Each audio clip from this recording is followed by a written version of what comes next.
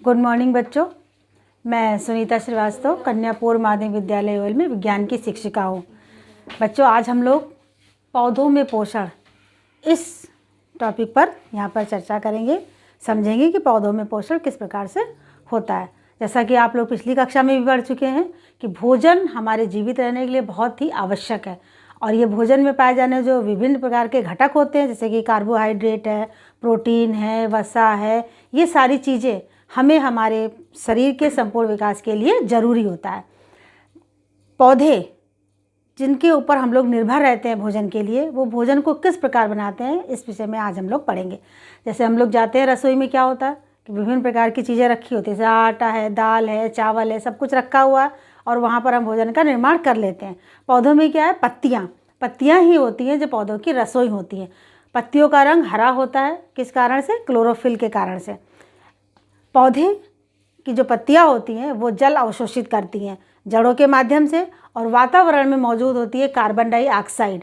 वो carbon dioxide पौधे लेते हैं, और साथ ही सूर्य की ऊर्जा, इन सब चीज़ों के साथ पौधे भोजन का निर्माण करते हैं। और भोजन का निर्माण किस रूप में होता है? वो मंड के रूप में होता है। तो आइए देखते हैं किस प्रकार पत्तियां भोजन का निर्माण करती हैं। पत्तियां वातावरण से कार्बन डाइऑक्साइड गैस को ग्रहण करती है। वातावरण से कौन सी गैस लेंगी? Carbon dioxide. सूर्य की ऊर्जा उन्हें सूर्य से प्राप्त होती है। जल वो जड़ों के द्वारा अवशोषित कर लेती हैं, और क्लोरोफिल यानी पर्णहरित उनके अंतर्गत स्वयं पाया जाता है। तो कार्बन डाइऑक्साइड प्लस जल, सूर्य की ऊर्जा और पर्णहरित अर्थात क्लोरोफिल, उसके द्वारा निर्माण होता है ग्लूकोज का, C6H12O6, और ऑक्सीजन का। ऑक्सीजन गैस जो उनके रोम छिद्रों के द्वारा बाहर निकल जाती है और वातावरण में आकर मिल जाती है, और हम लोगों के लिए वो प्राणदायिनी होती है। वातावरण से कार्बन डाइऑक्साइड को ग्रहण करना, सूर्य की ऊर्जा को लेना, और जल जो नीचे उन्हें जड़ों के द्वारा मिल जाता है, इन सब की उपस्थिति में पत्तियां ग्लूकोज यानी भोजन का निर्माण करती हैं और ऑक्सीजन को मुक्त करती हैं। ये सारी प्रक्रिया जो होती है वो कहलाती है प्रकाश संश्लेषण।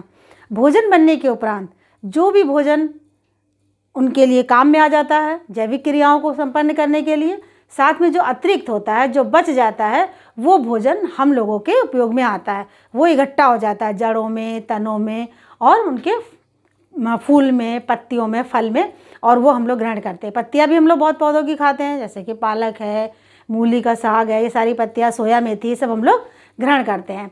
एक बात ध्यान देने की बच्चों है कि पत्तियां अपना भोजन स्वयं बनाती हैं, यानी पेड़ पौधे अपना भोजन स्वयं बनाते हैं, इसलिए उन्हें कहते हैं स्वपोषी।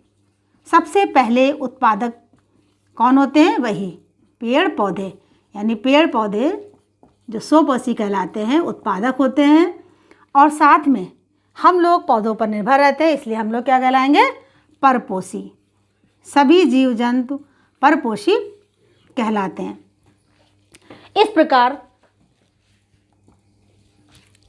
पत्तियों अपना भोजन स्वयं निर्माण करते हैं पेड़ पौधे, इसलिए वह स्वपोषी कहलाते हैं, और जंतु जो पौधों पर निर्भर रहते हैं वो परपोषी कहलाते हैं।